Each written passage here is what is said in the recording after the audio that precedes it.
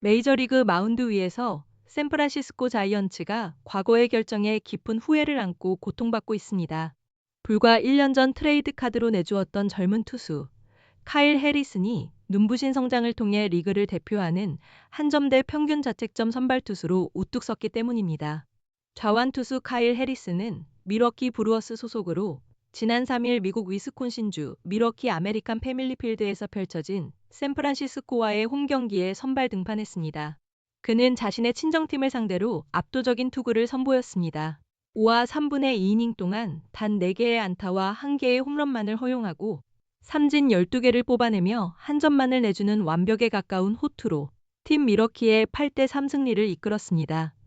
특히 개인 최다 탈삼진 기록을 세우며 친정팀을 향한 일종의 복수극을 완성했습니다. 그는 경기 초반부터 1회 연속 삼진으로 상대 타선을 압도하기 시작했습니다. 2회 마지막 두 타자부터 4회까지 무려 8개의 아웃카운트를 모두 삼진으로 처리하며 그야말로 압도적인 구위를 과시하였습니다. 윌리 아다메스 선수에게 허용한 6회 솔로 홈런이 유일한 실점이었을 정도로 그의 마운드 위 존재감은 절대적이었습니다.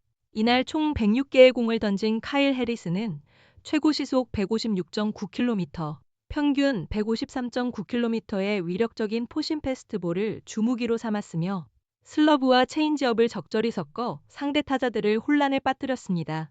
특히 패스트볼만으로 13개의 헛스윙을 유도할 만큼 그의 구위는 타이 추종을 불허했습니다.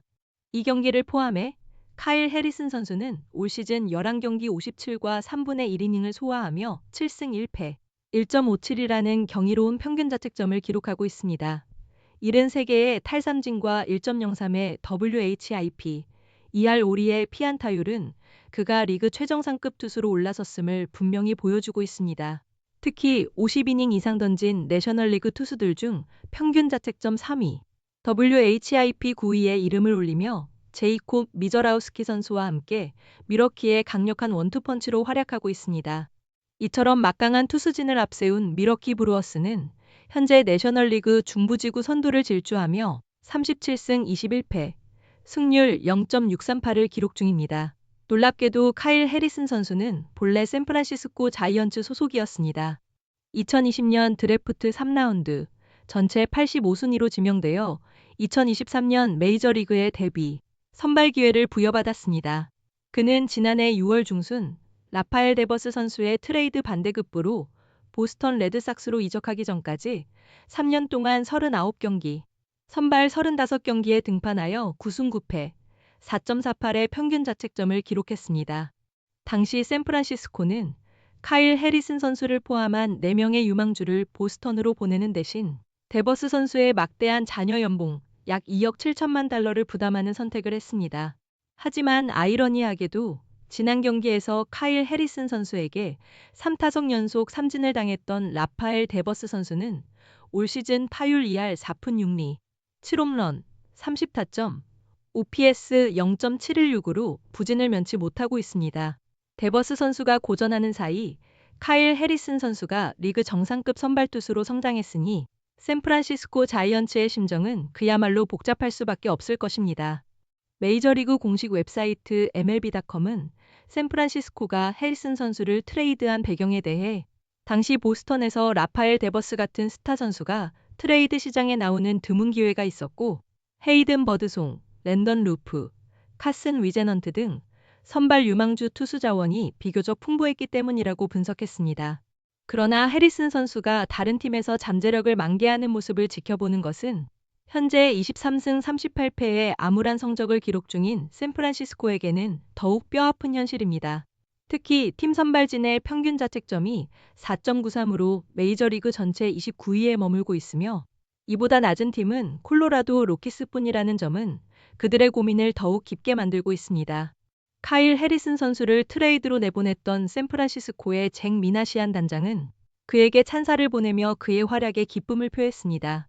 그는 어떤 선수들에게는 단지 시간이 필요하며 자신감을 키우는 데 시간이 걸릴 뿐이다라고 언급했습니다. 또한 해리슨에게서 몇 가지 변화가 감지된다. 투구판 위치를 바꾸고 팔각도를 조금 더 높였다.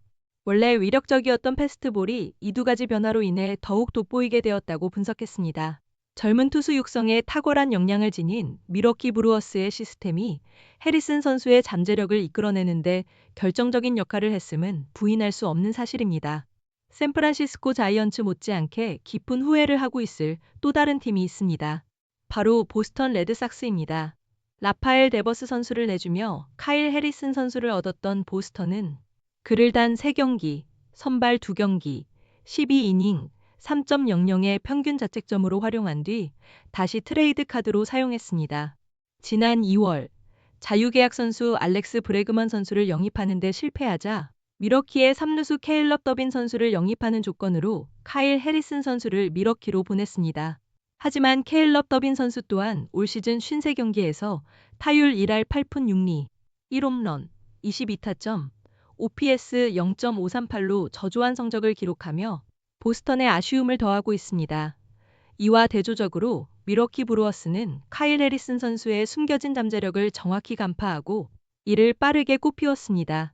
팻 머피 밀워키 감독은 처음에 왜 이 선수가 2번이나 트레이드 되었을까? 라는 의문을 품었다고 합니다. 젊은 선수가 연이어 트레이드 되는 경우 그럴 만한 이유가 있기 마련인데 오프스피드 피치 개발도 꾸준히 이루어졌음에도 자신감 부족이 문제일 수 있다고 진단했습니다. 하지만 지금은 이 두 가지 문제가 모두 해결된 것으로 보인다며 그의 앞날이 매우 밝다고 평가했습니다. 카일 해리슨 선수, 본인 역시 샌프란시스코 구장에서 40분 거리에 있는 곳에서 자랐고 그곳에서 정말 좋은 시간을 보냈으며 소중한 추억들을 간직하고 있다고 말했습니다. 그러면서도 마침내 밀워키에서 자리를 잡은 것 같아 기쁘다. 무언가를 더 하려고 하기보다 그저 나가서 나다운 투구를 하려고 할 뿐이다라며 담담하면서도 자신감 있는 모습을 보였습니다.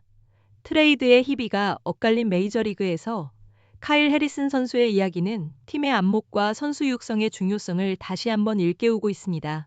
과연 그의 눈부신 질주가 어디까지 이어질지 팬들의 기대가 모이고 있습니다.